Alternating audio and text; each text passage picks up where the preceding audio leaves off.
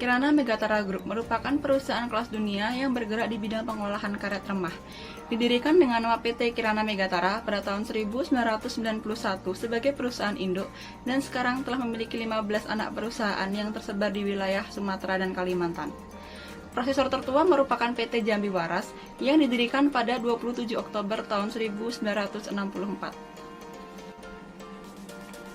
Kirana Megatara terdaftar sebagai perusahaan pabrik di Bursa Efek Indonesia pada 19 Juni tahun 2017 dengan kapasitas tahunan sebesar 720.000 metrik ton yang memproduksi karet dari tipe SIR10, SIR20, dan SIR20 CV. Sebagian besar produk ini diekspor ke perusahaan ban global, diantaranya adalah Bridgestone, Michelin, Goodyear, Pirelli, Continental, Yokohama, Bantoyo, Nexen, Apollo, Cooper, dan perusahaan internasional seperti R1 International. Untuk pasar domestik didistribusikan ke pabrik ban Gajah Tunggal sebagai pelanggan utama. Di sini saya akan menjelaskan bidang usaha dari perusahaan yang kami ambil.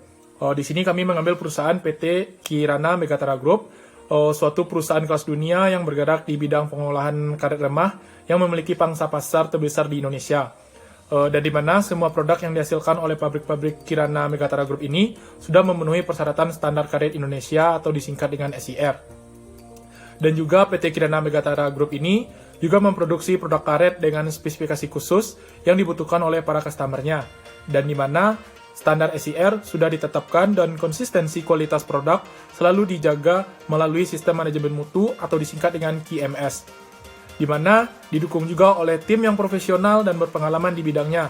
Bukan hanya itu, bahan baku dengan kualitas dan komposisi yang digunakan oleh perusahaan sesuai dengan harapan yang diharapkan oleh customer-nya. Pada informasi pemegang saham terbagi menjadi dua, yaitu struktur pemegang saham dan juga alokasi saham karyawan. Untuk struktur pemegang saham pada PT Kirana Megatara terbagi menjadi tiga, yaitu yang pertama ada HSF SPT Ltd dengan jumlah saham 62,5%. Yang kedua ada PT Triputra Persada Megatara dengan jumlah saham 30%, dan yang ketiga ada masyarakat atau publik dengan jumlah saham 7,5%. Setelah itu ada alokasi saham karyawan, di mana di tahun 2017 pada saat melakukan penawaran umum perdana, perusahaan juga memberikan kesempatan kepada karyawan untuk mengikuti program ESA, di mana para karyawan perusahaan dan entitas anak yang berhak akan melakukan alokasi pembelian saham melalui penjatahan tetap atas saham yang ditawarkan. Karyawan yang berhak untuk berpartisipasi dalam program ini adalah karyawan tetap perusahaan dan entitas anak. PT Kirana Megatara memiliki anak perusahaan, di antaranya ada PT Jambi Waras Plen Jambi. Pabrik yang berkode SAK ini mulai beroperasi sejak tahun 1968. Dengan jenis produk yang dihasilkan ada SIR10, SIR20, dan SIR20 Vika. Pabrik ini menampung karet dari rakyat dan pedagang di daerah Jambi, Lampung, dan Bangka. Selanjutnya ada PT Nusira, pabrik yang berkode SAD dan mulai beroperasi pada tahun 1983 dengan produk karet remah jenis SIR10, SIR20, dan SIR20 Vika. Nusira sendiri memperoleh bahan baku dari pedagang dan petani karet di daerah Aceh, Langkat, Deli Serdang, Nias, Lampung, dan Palembang. Selanjutnya ada PT Jambi Waras Plen Jujuhan.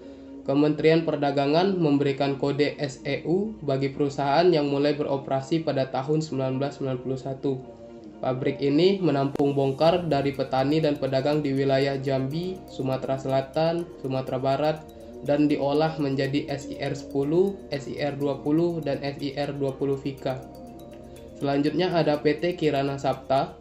Pabrik ini beroperasi mulai tahun 1996. Kirana Sapta yang memiliki kode perdagangan SFF menyerap bongkar dari pedagang dan petani karet di daerah Sumatera Utara, Riau, Jambi, Lampung, dan diolah menjadi bahan SIR10 dan SIR20.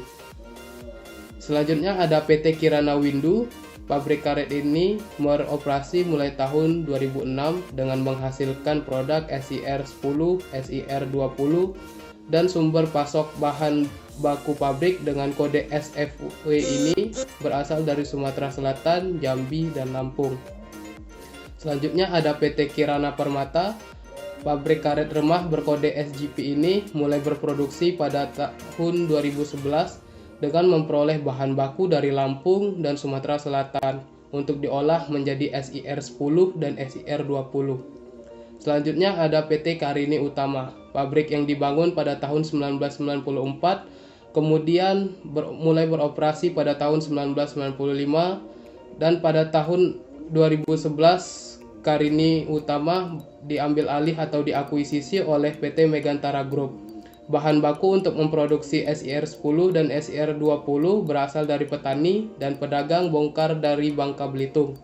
Selanjutnya ada PT Bintang Agung Persada.